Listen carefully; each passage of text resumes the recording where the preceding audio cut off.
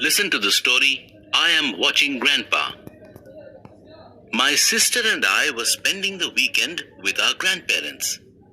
This was the first time we were actually staying for more than a day. Our visits were usually shorter.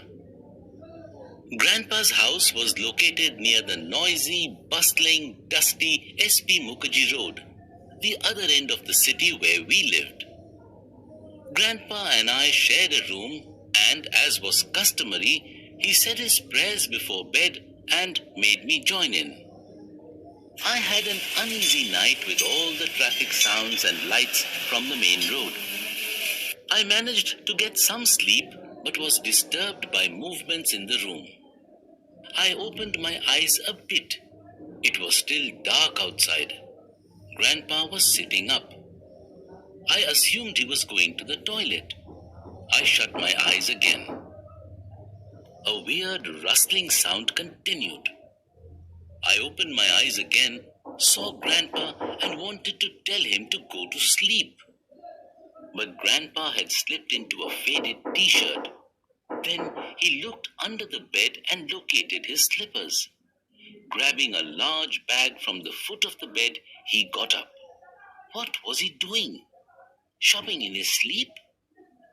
Lifting his feet up high with each step, he crept forward stealthily to the door, all the while imagining I was fast asleep. I looked at my watch. It showed the awkward time of 3:30 a.m.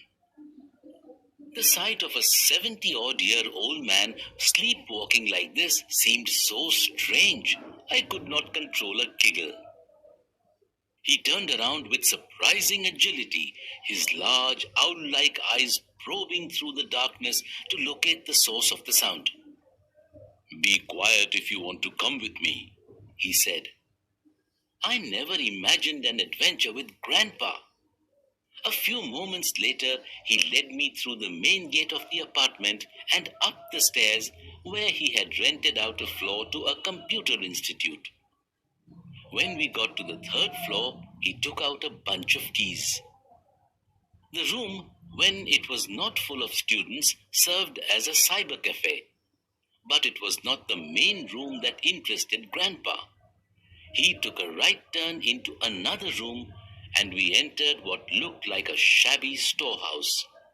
He took 2 confident steps and turned on a light. His tenants trusted him with all their secure teaching material, and here we were, robbing them of God knows what. Grandpa whispered, "Lend me a hand, son." I went closer. He was crouched on the floor, his shopping bag open. A large stack of paper was strewn about towards one corner. I helped him pile the paper into his bag. After filling it, we hurried down. It was 4:45 a.m. by my watch. "Hey," he called out, "help me with these. Sort these papers out. One side used over here, both sides used here, and blank papers here." The work was easy but time-consuming. "What are you going to do with these, Grandpa?" I asked him, trying my best to sound non-inquisitive. "These computer people don't respect paper. Every day they throw away all these sheets. They've given me the keys to open the gate for the sweeper when he comes at 6 a.m. He takes these and gives them to the junk dealer who disposes of them carelessly. So instead, I do half his job for him." I was amazed by how much importance he was giving to such a seemingly trivial matter. Every day, my friends and I would waste hundreds of sheets at the drop of a hat. Pointing to the used-up pile, which was the smallest, he said, "These I'll give to the hawker downstairs. The one-side used papers I'll use for my accounts, and also give some to the poor children at the NGO in the neighborhood.